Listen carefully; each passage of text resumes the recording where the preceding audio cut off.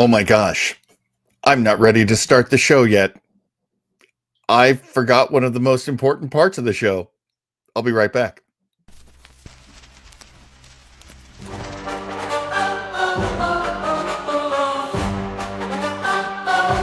Mr. Webber's Web, oh mystery. Ah. Mr. Webber's Web, oh mystery. Oh, oh, oh. Mr. Webber's Web, oh mystery. Ah. Mr. Webber's Web, oh mystery. Ooh, ooh, ooh.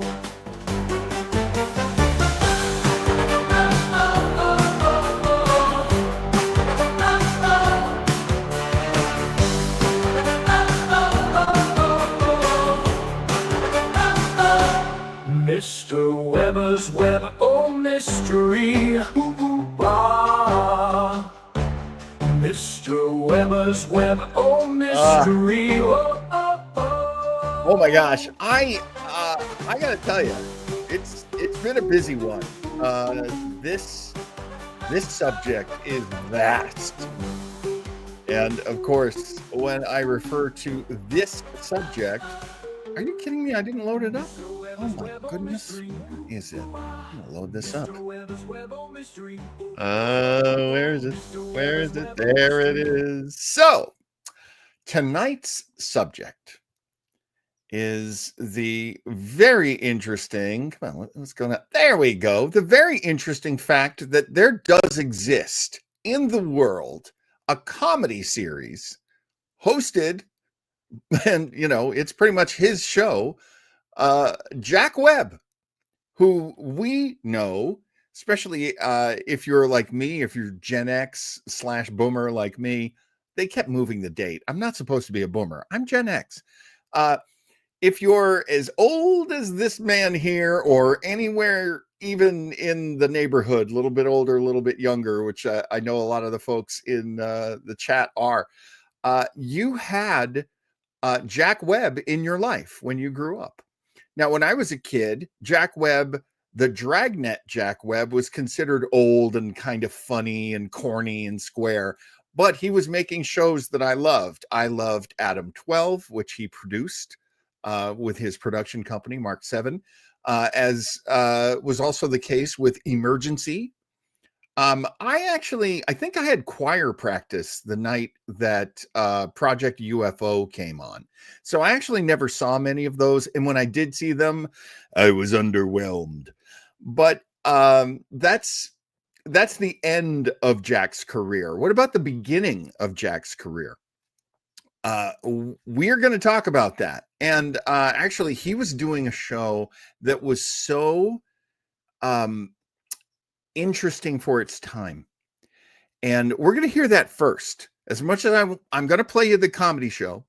And then we're going to end off the show with his very famous, deservedly so, Clapper Caper sketch that he did with Johnny Carson in 1968. It is one of the greatest things ever, and plays off of Joe Friday from Dragnet, and Johnny Carson just having a blast with it, along with Jack Webb. So that's what we have in store for you tonight. I'm going to give you just a little bit of information about Jack Webb. Fascinating guy. I never thought that I would grow up to be someone who was telling everyone how amazing Jack Webb was, of all people. But he was truly amazing. Jack Webb grew up without a father. His father took off while his mother was pregnant. He was raised by his mother and his grandmother in a boarding house that his mother ran. And they were broke for most of his life. It was a very, very tough life for Jack Webb. He went to school and he went to high school. He grew up basically in Echo Park outside of Los Angeles. So there you go. He was a lifelong Los Angelino. But that's not where he got his first big break. he was doing plays and doing radio shows as a youngster. He eventually joined the Army. He wanted to be in the Army Air Corps during World War II. So he enlisted. He went into a 2-year program to become a pilot. Unfortunately, like many people, he did not make it. It was a very selective program to become a pilot. And shortly after he, as they say, washed out of the pilot program, his mother and grandmother were not doing well without him. He was their only source of income. So he got a hardship leave and he came back home. One of the things about the West Coast was there were more and more radio stations with every month, more radio stations and more radio work, and not a lot of men to fill those jobs. Did they give the jobs to women? No, of course they didn't. Women were working in defense plants. Women were doing all sorts of important jobs, but not really announcers in radio. But he had done an audition tape and he had done an interview in Los Angeles. KHJ, I believe, was the station back then that he applied to. Oddly enough, that application got kicked up the coast. It went from desk to desk and it ended up on the desk of the program director of KGO in San Francisco. Now, KGO is an incredibly historic, anybody from San Francisco can tell you, very historic radio station. They, as a matter of fact, from 1924 to 2024 were known as KGO. But they changed their call letters. I believe it's KSFO now. Correct me if I'm wrong. This storied radio station was part of a brand new radio network.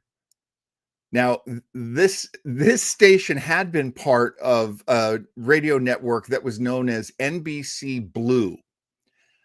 It was part of NBC that had been divested because antitrust apparently was a big problem with NBC. They bought up their rivals in a big way, allegedly. But no, they did. And eventually, because of the antitrust lawsuit brought against them, they had to divest, and that created offshoots. One of them was NBC Blue. For a short time, they were known as the Blue Network. And then finally, they had to come up with a name and brand themselves as a network so they could become one of the big ones. So you had your big radio networks. You had CBS, you had NBC, you had MBS, which was Mutual Broadcasting System. They still exist, by the way. They were a fantastic network of basically independent stations that got together and did some great shows. But who was going to be the fourth network? NBC Blue became the American Broadcasting Company, ABC. So we're going to hear Jack Webb on ABC. That takes you up to this show that we're talking about right now. Now, there was a guy, let me make sure that I get his name right. There was a guy named James Edward Moser. James Moser. James Moser was a great writer, and he liked Jack Webb. They really got along together. And Moser had this idea for a show. It was going to be called 1 Out of 7. And basically, it was a news show that dramatized news from the previous week. What is special about the episode we're going to hear is when it debuted, it was only Jack Webb. I mean, they had an organist, I believe.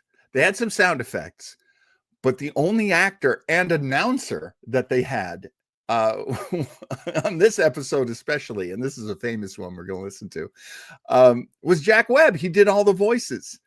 Wow. He saved them a lot of money. And it was an impressive show. So I'm very happy to play that for you. Here we go. We're going to start off with 1 out of 7. Let me get this. And see, now this absolutely breaks my heart. DJB shows up, which is great because she did a show right before mine, which I'm going to go back and watch. I promise. But here I am doing all of this explanation. She's like, "Yay, I didn't miss anything." Well, you missed my explanation, Brody. And no, you did not miss the spider hat theme. I'm saving that for the end. I'm going to make you guys stay here for that. But yes, Joe Townsell, NBC Blue became ABC. And ABC was really, so going into this show, let me just remind you, ABC at this time was really hungry for programming. They were always having a hard time getting programming. So imagine how they felt once the executives of ABC were made aware that this guy, Jack Webb, was pretty much carrying this show 1 out of 7. Here we go. We're going to listen to, this one's called Senator Bilbo. Gentlemen, the material and direct quotations included in the following program have been taken from authoritative files and from dispatches filed by the Associated Press and International News Service. We present these statements without editorial comment. We assume no responsibility for their content. The American Broadcasting Company presents 1 out of 7.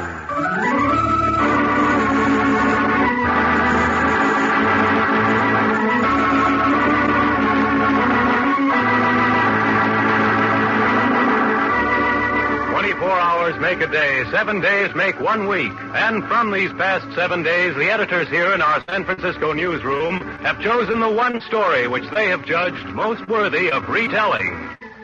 This is 1 out of 7.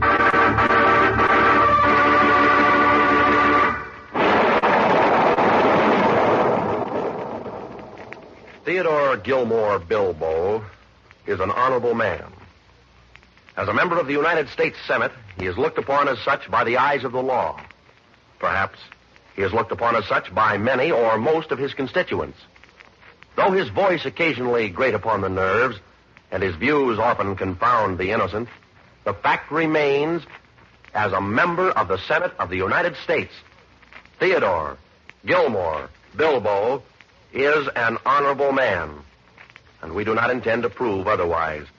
We merely wish to cite a few samples of his handiwork, and perhaps a supplementary side glance or two, just for the sake of contrast. Adjust your dials most carefully, citizens. Herewith presenting Senator Theodore Bilbo, picture number 1.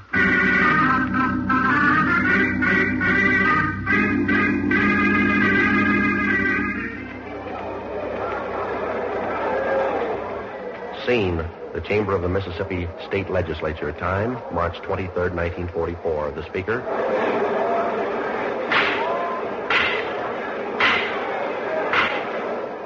The chair recognizes our distinguished guest, the Honorable Theodore Bilbo, United States Senator from the state of Mississippi. Gentlemen, at this moment, I cannot urge you too strongly to continue the valiant fight to uphold our racial integrity. We must renew our faith and allegiance to the color line. For your information, I have found that certain Negro organizations are determined to secure passage of anti-poll tax measures. It's their first wedge toward the fulfillment of a dastardly equality program which Negro leaders have launched throughout the South and throughout the nation. That equality they must not and will not attain.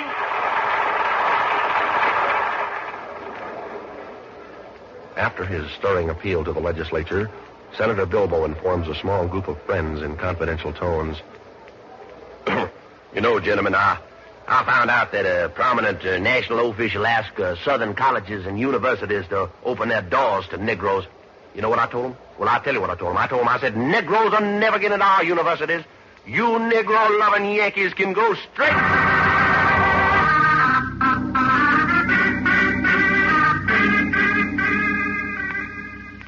As a member of the Senate of the United States, Theodore Bilbo is an honorable man, and we do not intend to prove otherwise. Here is picture number 2.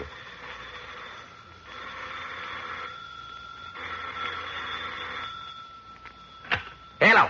Senator Bilbo speaking. Senator, this is Representative Mark Antonio of New York speaking. Yes. What do you want? Senator, I just got a letter from a lady who lives in my district.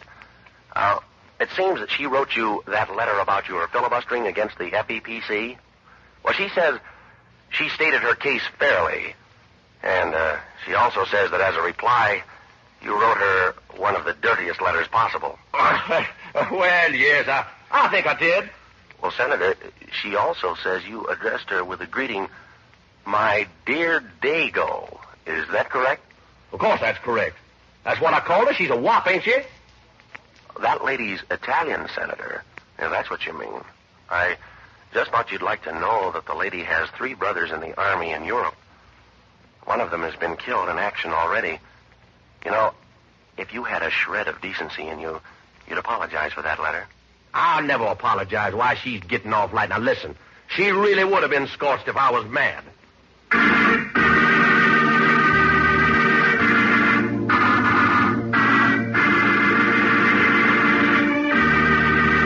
Theodore Bilbo is an honorable man. We do not intend to prove otherwise. Here is picture number 3.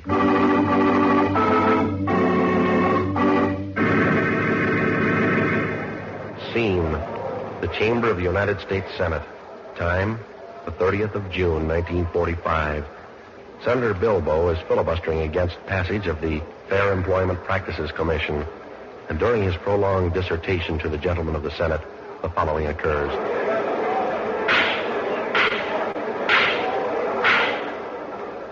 The senator from Mississippi may continue.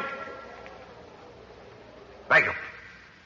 Gentlemen, I have been hearing much talk about the supposed bravery of our Negro soldiers. I have it on good authority and from some of the highest-ranking generals in our army that our Negro troops overseas are an utter and abysmal failure. They're just no good. And as for giving them a vote, why, they'd only sell their votes to the highest bidder anyway, so why give it to them in the first place?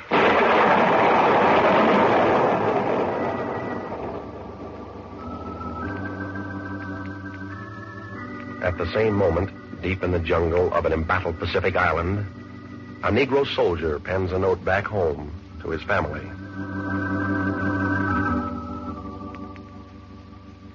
And maybe this work's pretty hard, Margaret, but it's a job that you just have to do. It's been 3 days now. Got no sleep. Their bombers are still paying us visits.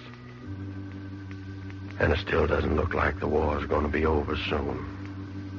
But we have to keep on. Just keep on. I know. I just know everything's going to turn out all right. And when we finally get back, the folks will realize what we've done. And I'll bet they look at us differently. You know, for the first time, they'll see that bullets can kill anybody. They'll see, black or white, when blood runs out on the ground, it's all the same color.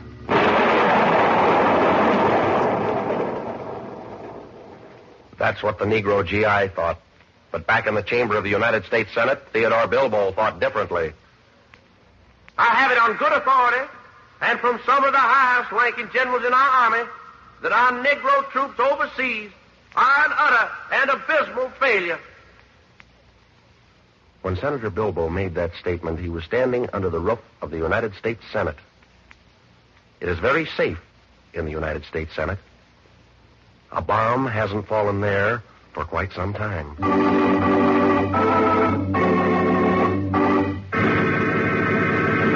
must understand, please, this is merely a portrait, an interesting portrait, of a duly elected representative of the American people.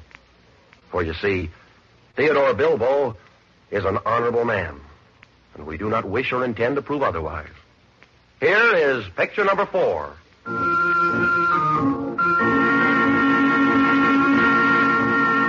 Though the senator has firm convictions on certain subjects, there is seen a mounting tide of sentiment equally firm, equally convinced that the senator errs. On the 10th of August, 1940. Senator Bilbo.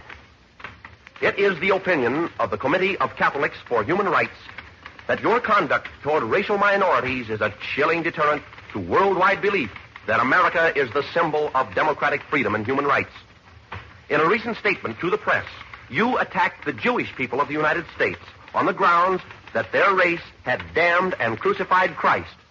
You used this highly metaphysical argument to damn, vilify, besmirch, and otherwise persecute the Jewish people in America to further your own political ends.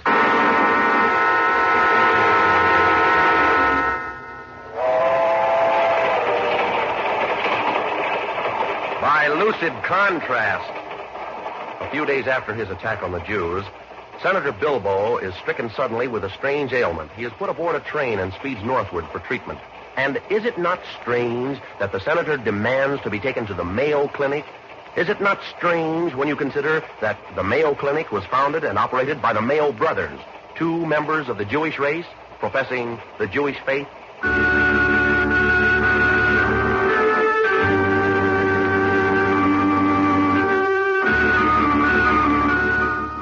But obviously, the senator is not loath to take advantage of the skill of the Jewish race. In the end, the senator's critical operation is a success, and in a few weeks he returns to the floor of the Senate with another plan for the American Negroes.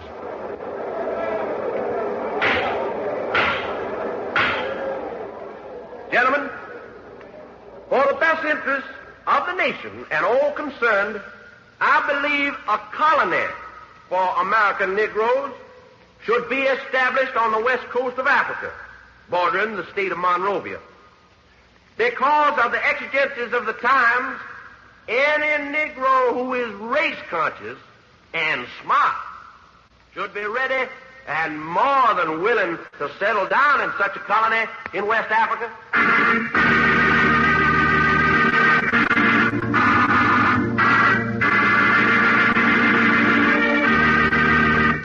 The very same day in the halls of the Senate, hallowed by the figures of men the likes of Lincoln and Jefferson, Theodore Bilbo, as a representative of the American people, had this to say.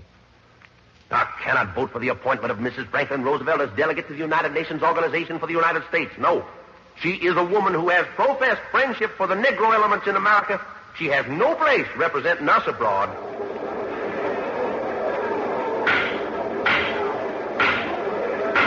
Mr. President! Oh, Mr. President! The chair recognizes the senator from Idaho. Mr. President, I should like to congratulate the senator from Mississippi. He doesn't know it, but he just paid a splendid compliment to Mrs. Roosevelt by voting against her. Mr. President, gentlemen, please, I'd like to add one more note. A word of warning to our senator from the South. It isn't going to be long now, Senator, before the people of Mississippi see the light and knock you out of office on that part of your anatomy where your few brains are undoubtedly located.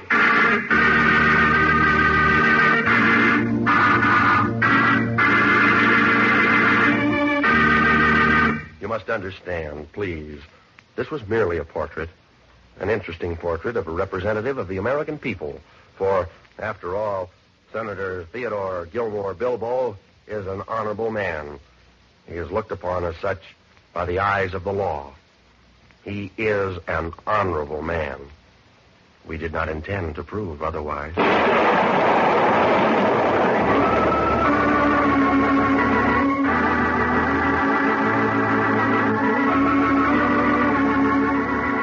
The script for for 1 out of 7 is written by James Edward Moser. Gil Dowd is the producer, and music by Otto Clare at the Hammond organ. The material used in tonight's program was taken from authoritative files and from dispatches by Associated Press and International News Service.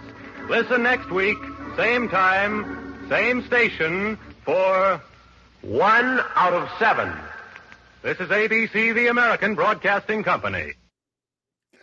So there you go. That was 1 out of 7. It was a very prescient show. There were a lot of people who had progressive politics in those days. There they were. One of the great things about KGO at this time, which is that episode was done the first week of February in 1946. ABC was trying to get, as I told you before the show, trying to get a lot of new talent, and they wanted new shows. And they were getting really great reviews on 1 out of 7. It was really turning a lot of heads. And the fact that Jack Webb was playing all of those roles and working directly with Moser, who was the writer and the producer, and they were very much partnered up on this.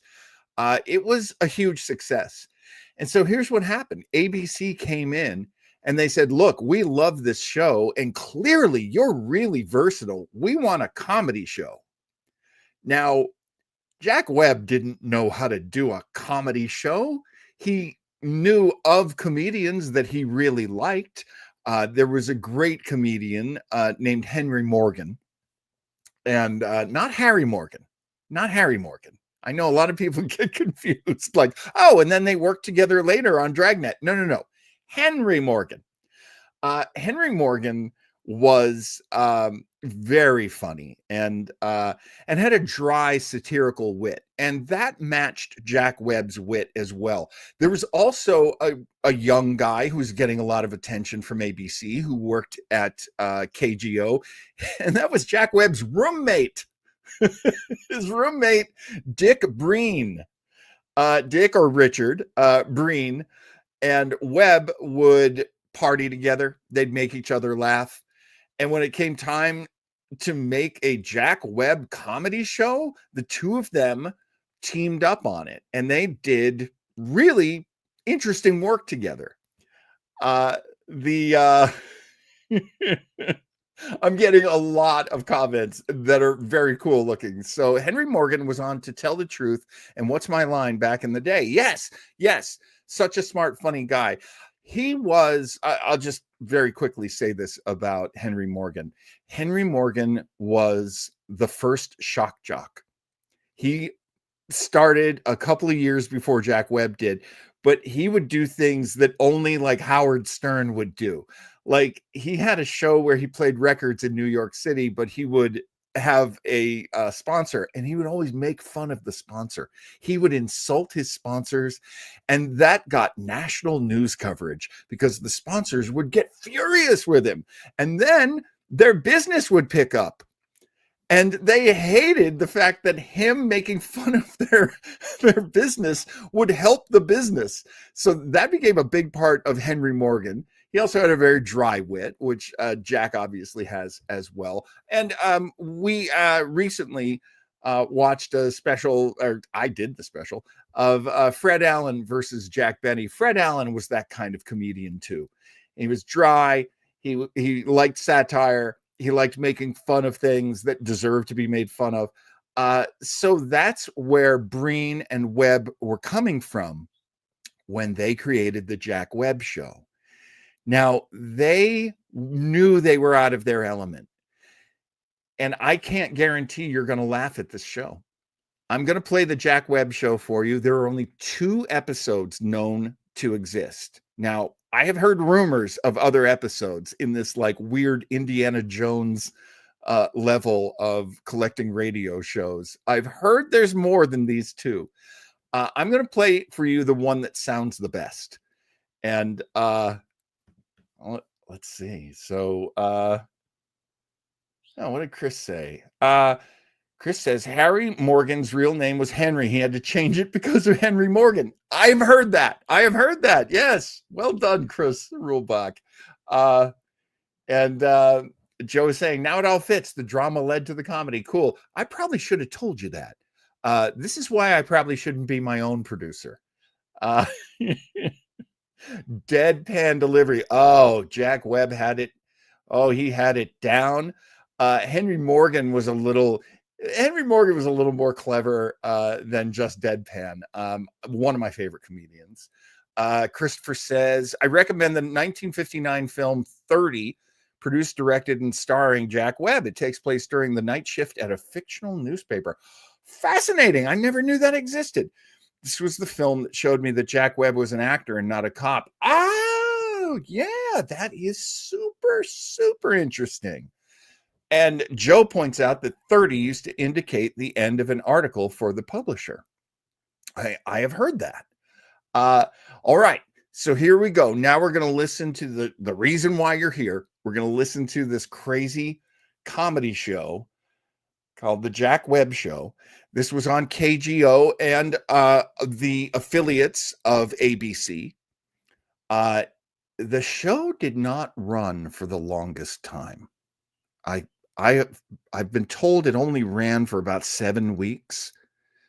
And I'll tell you what happened after those 7 weeks. It's not a terrible story. I'll tell you, it is not a terrible story. So here we go. I present to you. And, you know, I had to make this video myself. It is so obscure. No one's posted it on YouTube yet. I couldn't even find a YouTube version of it. Same for one out of 7, a couple of people had kind of monkeyed around with it. But this one, I'm the only one who can share this with you, I think. All right, here we go. Following is transcribed. No, it isn't. The following is transcribed. No, it isn't.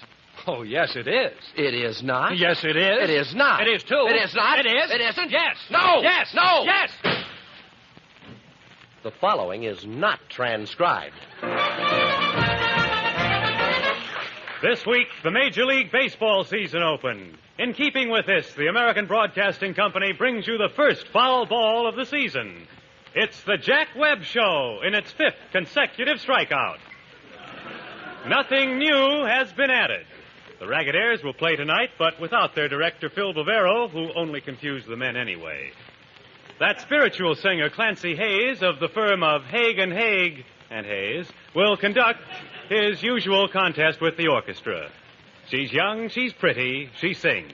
That's 3 runs for our side, vocalist Nora McNamara. John Galbraith, an Oakland boy, and the only argument we can think of against the Bay Bridge, will play rats and second lieutenants and spooky people, and, oh yes, a wonderful gal with a wonderful voice has made a terrible mistake tonight.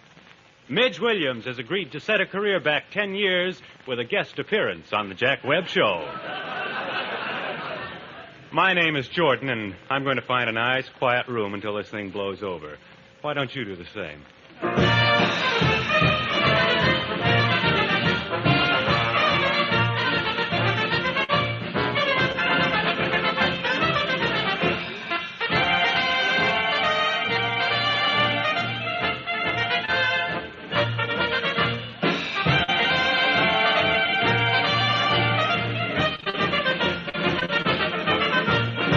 Good evening, ladies and gentlemen. How are all our listeners out there? Both of you. John Galbraith, put your glasses on so you can find the microphone and come on over here, will you? Oh, Jack, my, boy, that's certainly a healthy crop of freckles you've picked up in the San Francisco sunshine. What do you mean, freckles? Those are the holes in the microphone. Put them on, will you? Yeah. Yeah, but of course, how stupid of me, Jack. Your head doesn't say ABC on it, does it? Neither do yours, John. Don't we have a grand studio audience here tonight, John? Do you know who these boys are? Who are the girls? Finally got the... Oh, you finally got those glasses on, huh, John? Well, these men are 200 Army patients from Letterman General Hospital here in San Francisco. And most of them have only been in this country 4 days, some of them 1 day. Jack, who are the girls? I think we ought to have some ruffles and flourishes for the generals here tonight. Who are the girls? Welcome home, generals.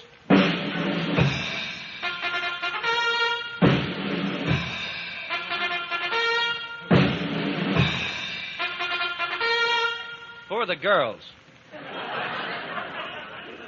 The girls, John. Oh, say. Yeah. There's 75 hostesses from the Oak Street USO. Aren't they, though? Yeah, well, I guess we ought to have some ruffles and flourishes for them, too, you know? Yeah. They've already got the ruffles. Let's just have the flourishes, shall we? That is the first time that those guys have ever gotten together since we went on the air. I don't...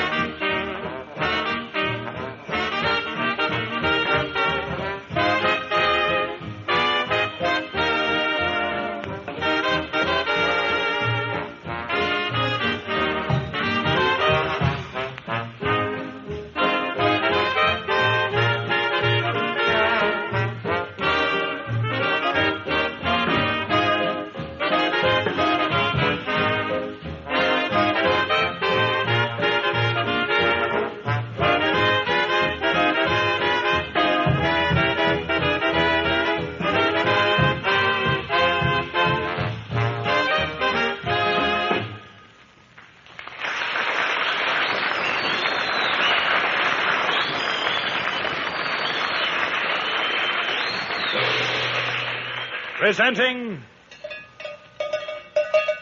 A page torn from the private files of Slim Slade, Western band leader.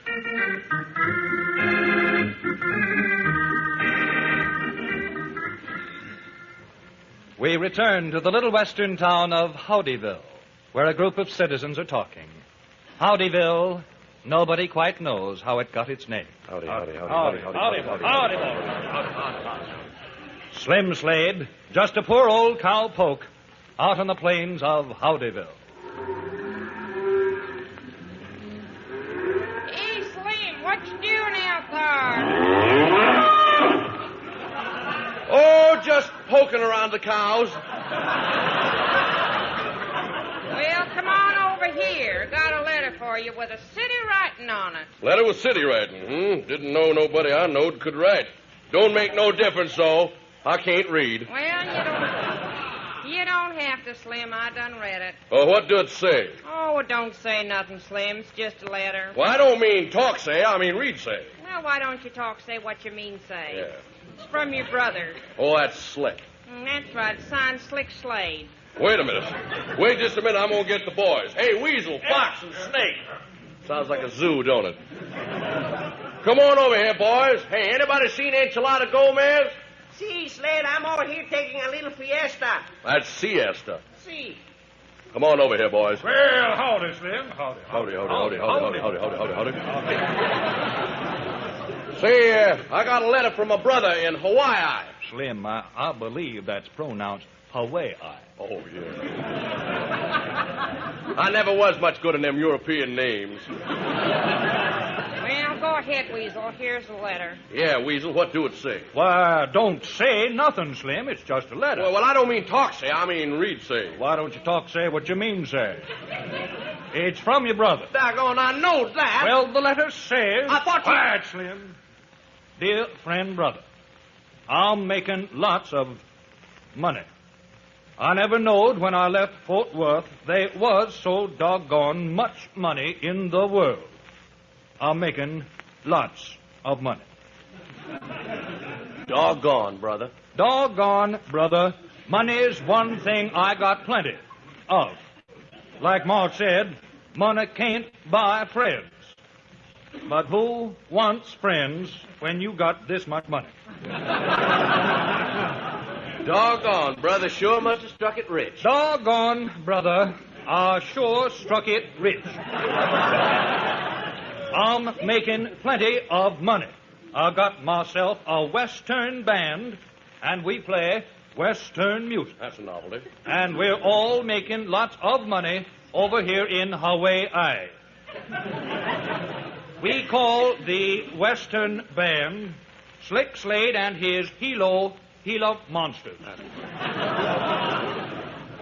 That is all for now on account of I have run out of gold paper which I write on, and besides, my 24-carat diamond pen point done busted. Your friend, your brother, Slade. P.S. I sure am making lots of money.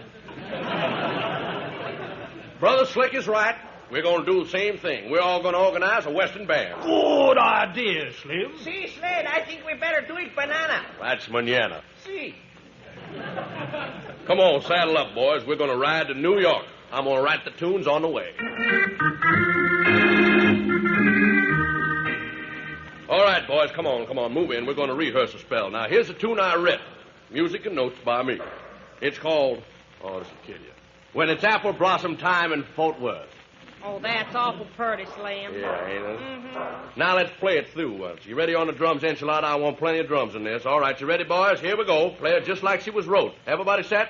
Hey, Slim, what's all these little black spots all over this paper? I was wondering about that, too, Slim. Seems to me you could have got clean paper.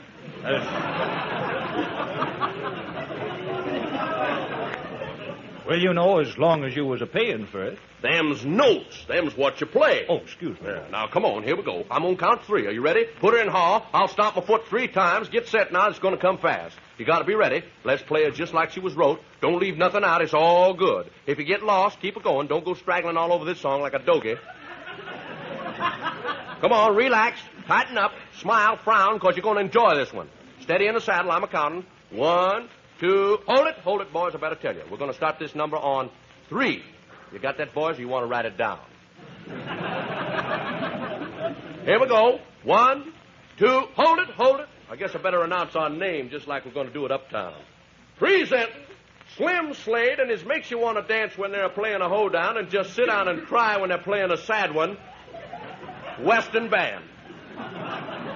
You think that name's too long? Well, all right, here we go. Real down-to-earth music right out of the dirt. Put her in hall. Well, let's go. 1, 2, hit it. No, I forgot I was supposed to say the number 3.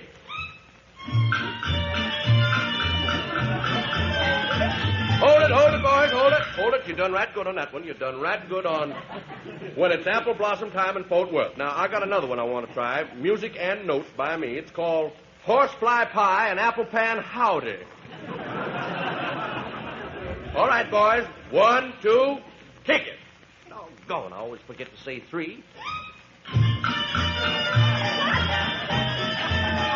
Hold it. That's mighty pretty, ain't it? Which one of those you like the best? Well, never mind. I got another one here I want to try. Music and notes by me. This is a sad one, boys. It's a prison song. It's called I Might As Well Be Sprung.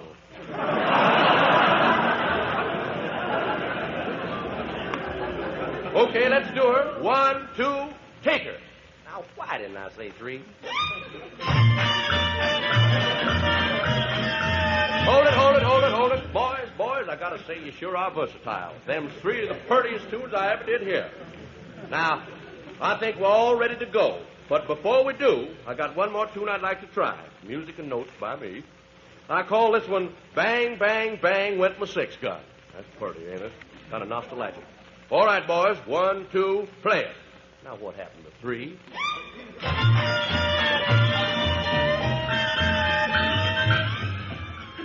Slim Slade and his Western Band. First, it's the Pennsylvania roof. Then the Wedgwood room of the Waldorf. Carnegie Hall, millions of phonograph records, radio coast to coast.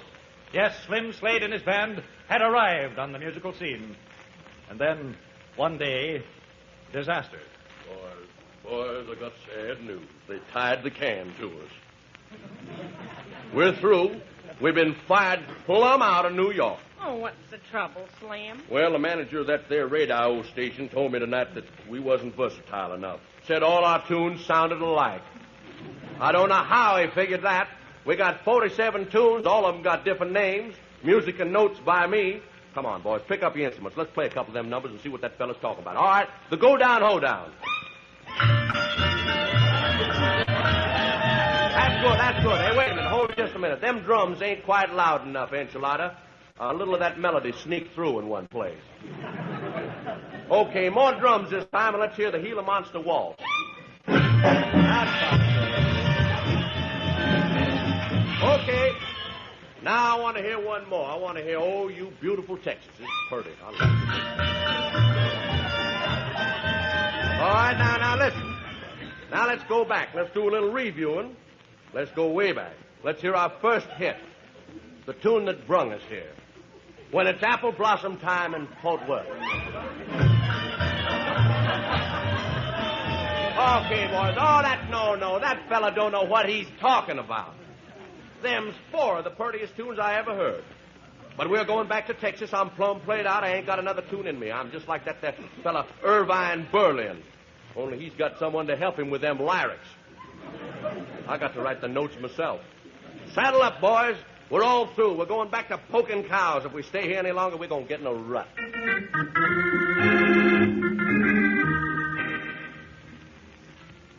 Sure is good being back in Texas, ain't it? Yeah, I don't miss that Pennsylvania roof nothing. Fella by the name of Benny Goodman done moved in after us. Who's he? Oh, here comes Slim now. Well, howdy, Slim Slade. Howdy. Saddle up, boys. We're going back to New York. I done it again. We got it this time. I wrote a new tune. Music and notes by me, boys. Get this. This is going to be a snapper, this title. It's called When It's Apple Blossom Time in Corpus Christi.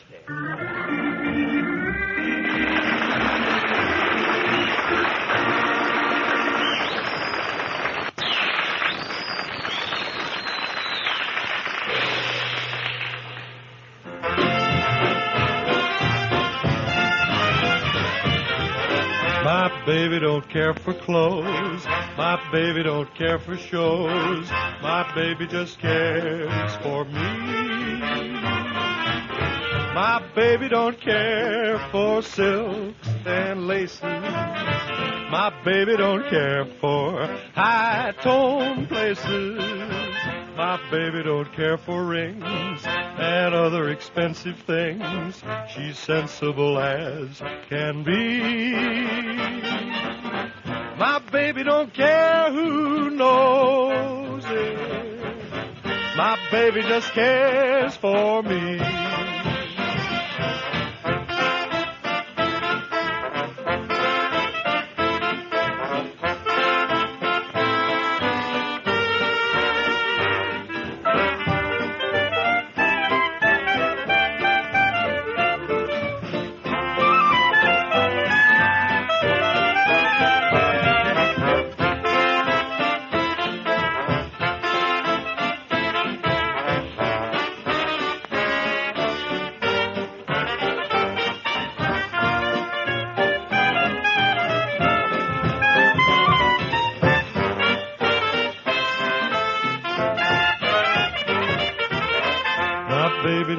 For clothes, my baby don't care for shows. My baby just cares for me.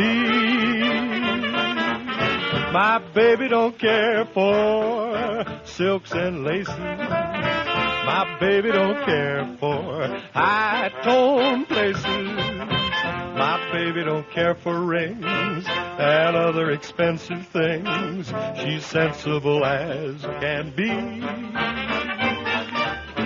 My baby don't care who knows it. My baby just cares for me.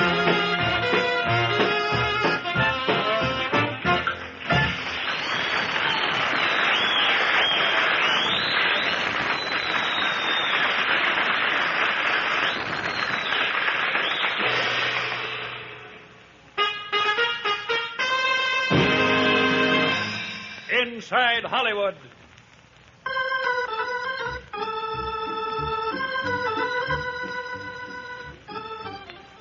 Presenting Hollywood's own beloved, sweet, darling, pretty, vivacious, lovable... Ah, yes. Brunella Carsons. Miss Carsons. Thank you, ugly boy. Good evening, all my friends here in Movie Land. Tonight, instead of my usual drivel... must be a typographical error. They must mean trivia. I'm speaking to you from the sound stages of stupendous pictures, and I want you to look in with me. Shall we be off?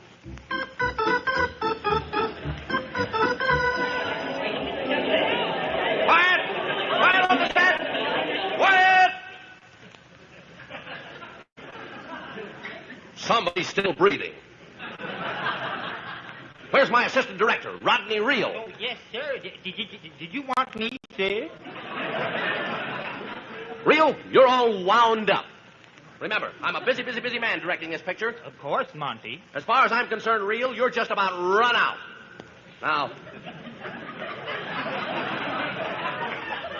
Now, what did I tell you to call me on the set? You mean what the extras call you? No, not that. Oh.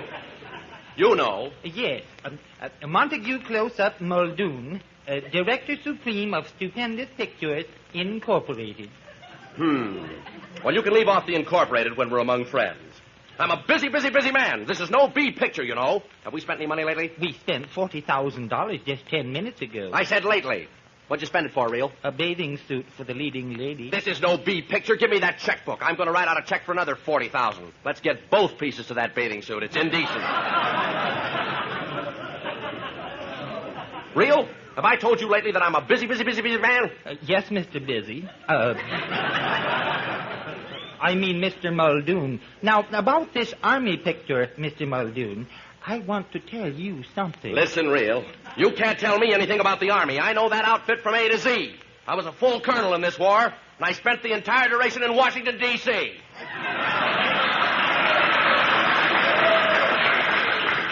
Now, what about that desert scene? Well, we're having difficulty finding a desert big enough to hold 2,000 troop transports. Now, listen, if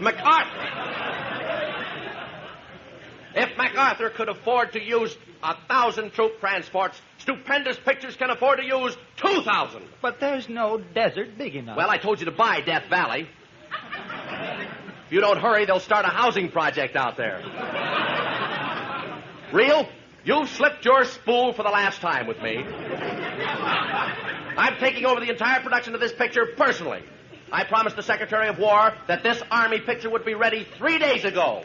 I'll keep that promise. Yes, Mr. Muldoon. Have you got that explosion scene ready? Yes, sir. Well, the bomb men have been working on it for 2 weeks. I think you'll like it. Well, let's have it. This picture's costing me $1 million a day.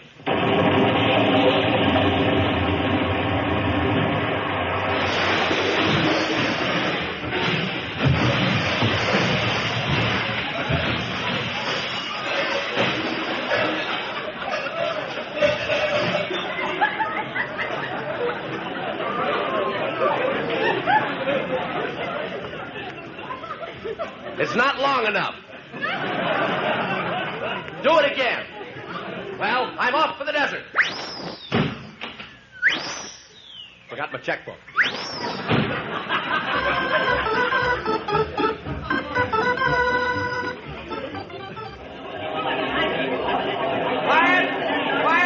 Quiet on the desert! Quiet! Well, Reel, what's your excuse this time? Well, Mr. Muldoon, I don't see a drop of water out here anywhere. But, Mr. Muldoon... I told you to flood this entire desert under 26 feet of water. Now, what are we going to do with Esther Williams? In this picture, she won't swim.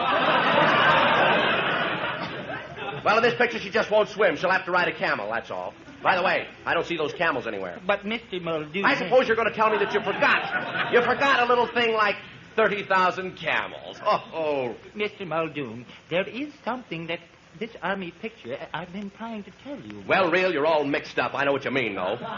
Is this what you call a crowd? I asked for 100,000 Arabs, but do I get them? No, there's practically nobody out there. Looks like a group of Republicans lined up to vote. Mr. Muldoon, I've been thinking... Impossible. Where's the telephone? Why? Why? I'll tell you why. I want a crowd out there. I'm going to call Washington. Mr. Truman's the only one that's got 100,000 men not doing anything.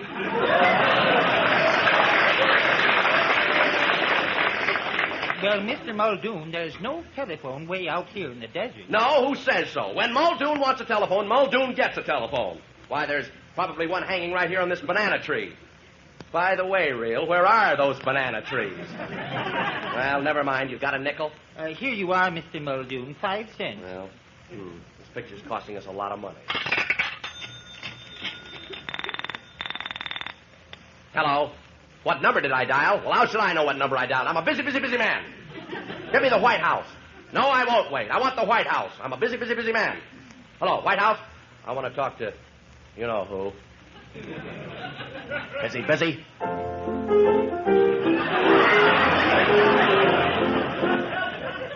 Yeah, he's busy. I'll call later. Mr. Muldoon, there's something about this Army picture you ought to know. Reel, you're off the track again. Have I fired you today? No, Mr. Muldoon. I haven't. You're fired! Well, I'll be a second lieutenant.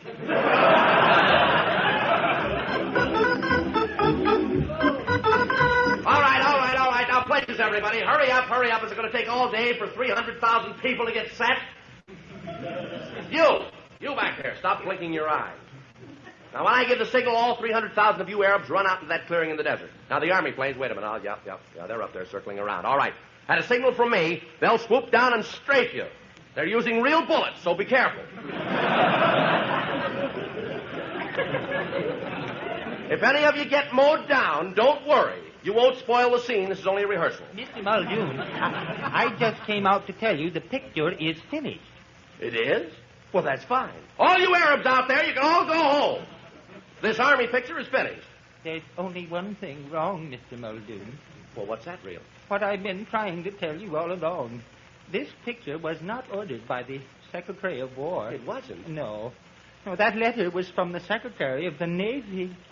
This Army picture was supposed to be a Navy picture.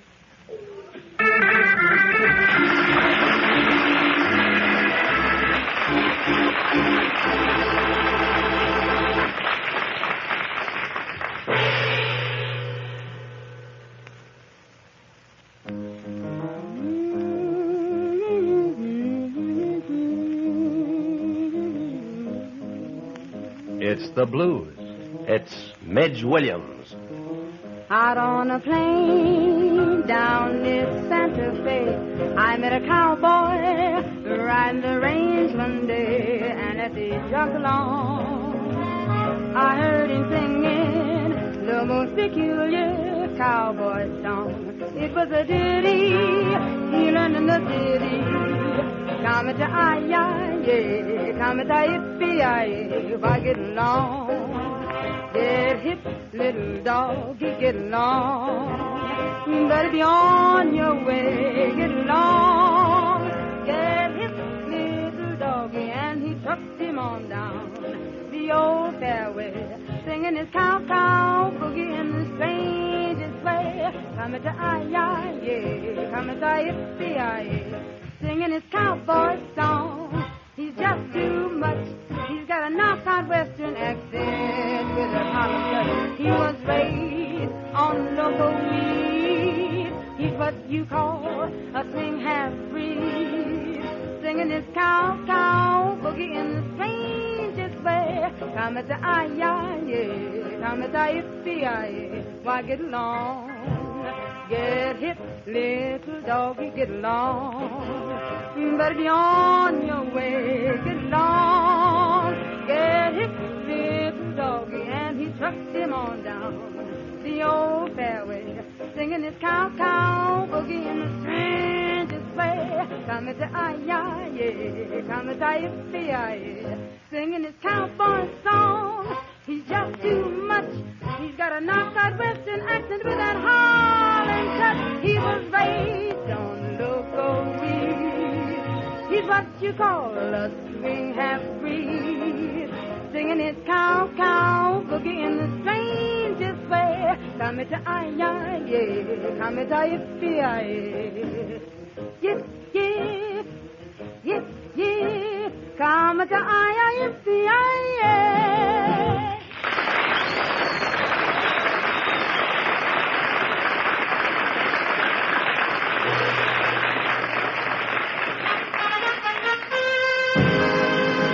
Stand by. Here's the news you've been waiting all week to hear.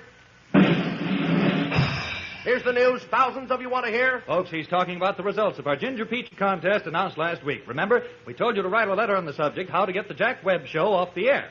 Didn't work, did it? Well, John, clean your glasses and read the winning letter. Here it is, Jack. In part it says, I read from the letter, quote, Chapter 1 entitled The Process of Air Fumigation, or How to Get the Jack Webb Show Off the Air. The solution is to have each person in the country take deeper and more breaths, and it won't be long until all the air is used up, and then there will be no air for Webb to be on. How silly. And it's signed Betty Ford, Pyramid Court, Sparks, Nevada. Congratulations, Miss Ford. I hate you, Miss Ford. But enough of these pats in the back for Miss Ford. She wants to know what she's won. By the way, what did she win? Oh, boy, she won, and how what she won. Well, what did she win? Well, if Nora McNamara will just put that geometry book away for a minute and come up here. John, you don't mean we're giving Nora away? No, Webb, no. Nora has the prize. And here it is. My, look at that thing, that king-size egg. Isn't that beautiful? What is that, John? It's a genuine ostrich egg, laid fresh this morning from the California Ostrich Farm in Southern California. Yes, friends, this is a Hollywood egg. Yes, sir. This ostrich egg has been autographed by all members of the cast, including John Galbraith, who makes his usual X.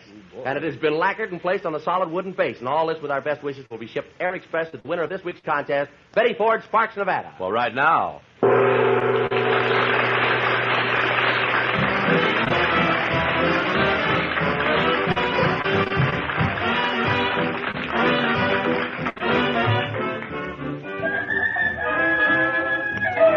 Tonight's egg was laid by the Ragged Clancy Hayes since the case against us with a vocal. Midge Williams as guest stars, teed off on a couple of songs. John Galbraith and Ethel Sterling missed their cues. Dick Breen glued the joints together. And this is Jack Webb. Give us another chance next Wednesday night at 9:30, will you? Good night, gang. See you then.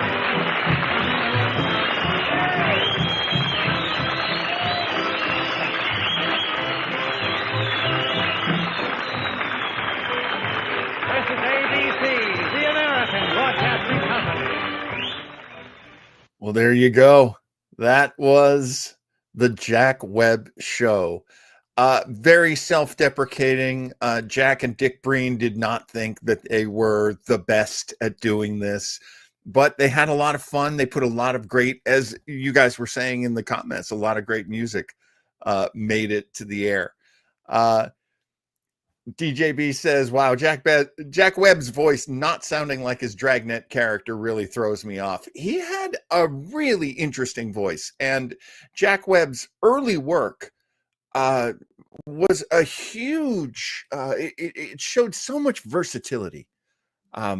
He did a lot of episodes of a show that I've played for you before, and it is one of my favorite shows, Escape.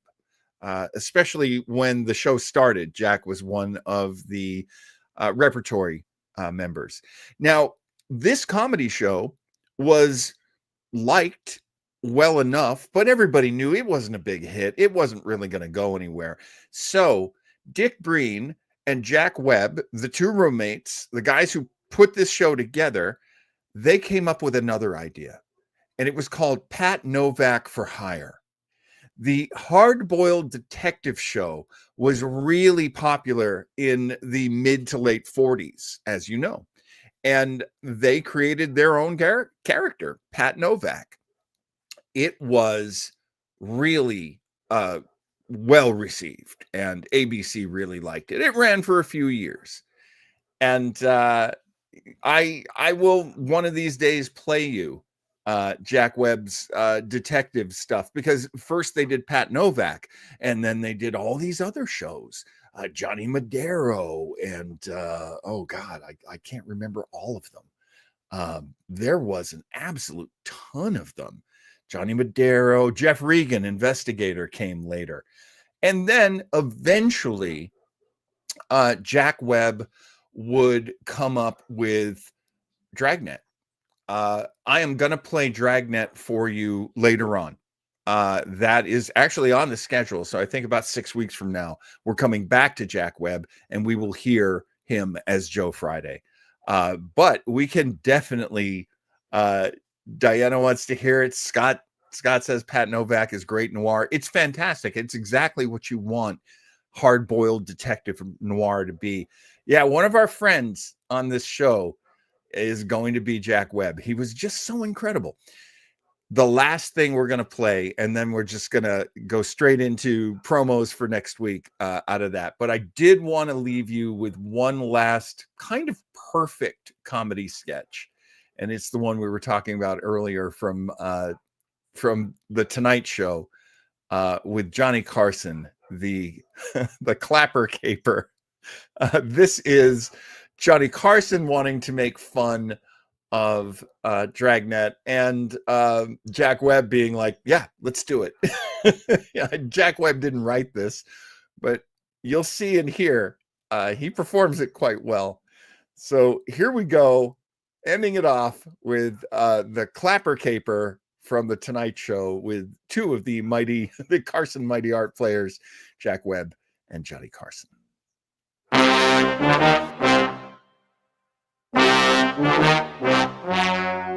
The story you're about to see is true. The names have been changed to protect the innocent. This is the city.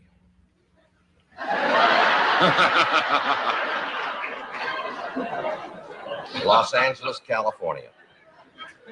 Some people rob for pleasure. Some rob because it's there. You never know. My name's Friday. I'm a cop. I was working the day watch out of robbery when I got a call from the Acme School Bell Company. There'd been a robbery. There's been a robbery. Yes, sir. What was it? My clappers.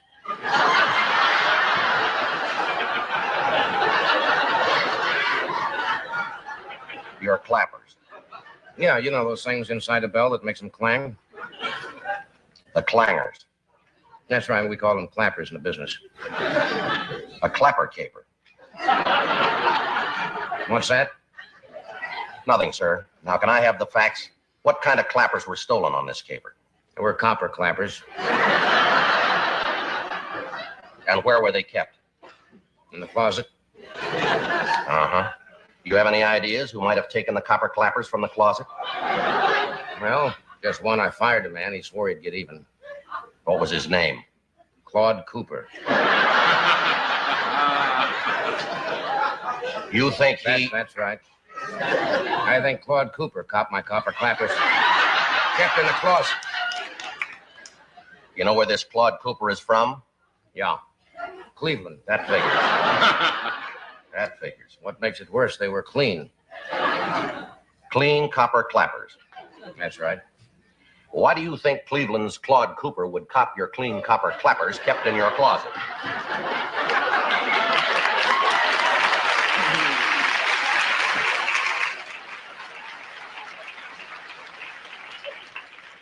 Only one reason.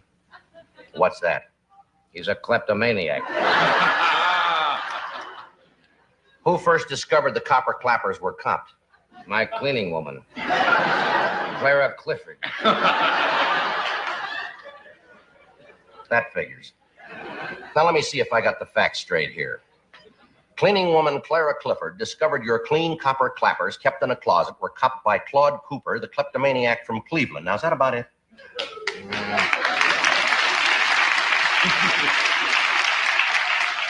One other thing. What's that? If I ever catch kleptomaniac Claude Cooper from Cleveland who copped my clean copper clappers from kept in the closet, yes, I'll clobber him.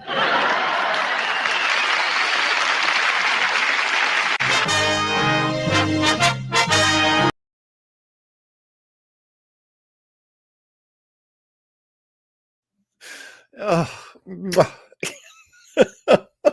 it really is one of the greatest sketches, and it follows a pattern that actually I do want to play you a comedian who is really great at that kind of word comedy, and that would be Fibber McGee. Fibber McGee was incredible at it. So one of these days I've got to play you some Fibber. He didn't just have a closet, folks. He actually was very funny with the English language. Let's talk about the things that I can promote, because my goodness, there's a few of them. One of the things I do want to do is I want to go back and I want to listen to our very own Diana J. Brody. I missed this because I was preparing for this show, and I was ill prepared for this show. So I will head over to Diana's YouTube channel, and that would be NLE Academy. That's Next Level Editing Academy. NLE Academy, all one word. And right on YouTube. She interviewed her friend Jeff Nucera, who is he made a documentary about Tight and Nerdy, the burlesque show where the women dance to the music of Weird Al Yankovic. What about this is not perfect? I dare you to name one thing about this that is not perfect. We also want you to know that our own Chris Ruleback, is an author, just like our own Joe Townsell. And Chris, go over and check out his books. Just as you would go to joetownsell.com, you can go to lulu.com and or Shopify and check out Chris's books. There they are right in front of you. And I am moving as fast as I can move. Coming up this Tuesday, oh boy, this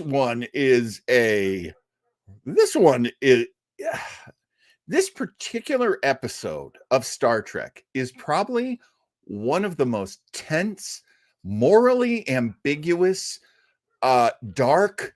It is incredible. We're going to be talking about In the Pale Moonlight from Deep Space Nine. I would love to say this was one of my favorite episodes. It is such an emotional journey. It is. It's one of my favorites, but it doesn't make me happy. I can tell you that much. And then what else can I tell you? Oh, coming up this Sunday. I missed that. We have Haunted Radio Redux making its return. Our good friend Antenna is going to be your host. And you're going to watch and listen along with me and Joe Townsell in the very first series that he and I did together, which was back then called basically Haunted Radio. It had a way too long title. So this is the cleaned up version, and it's a lot of fun. I hope you'll join us on Sunday. Like all of our shows, 7 p.m. on the Pacific Coast, 10 p.m. on the East Coast. And then what radio show are we going to listen to?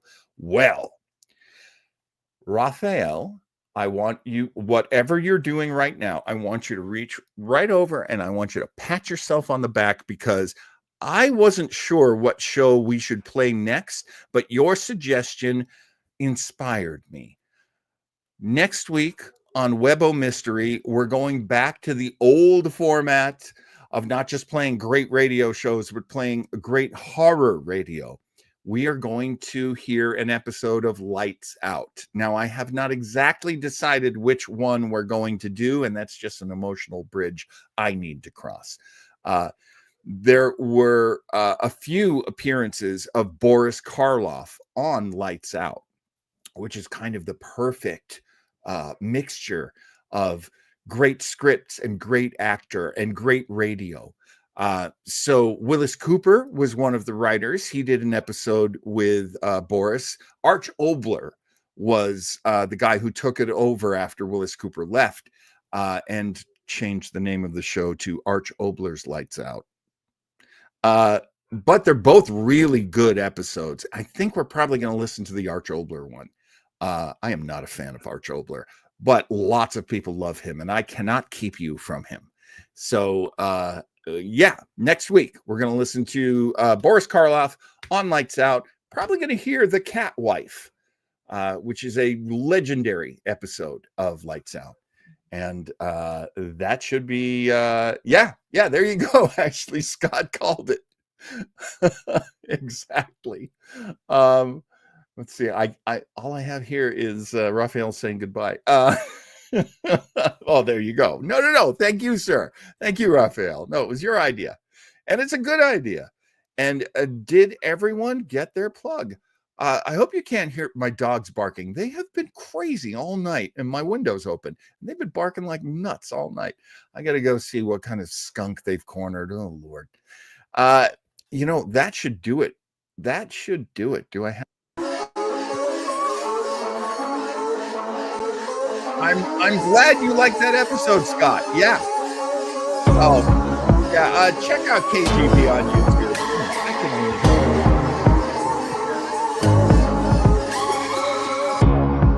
I had so much fun. Thank you for joining me. I didn't realize this was going to be a long episode, but sometimes they are. What are you going to do?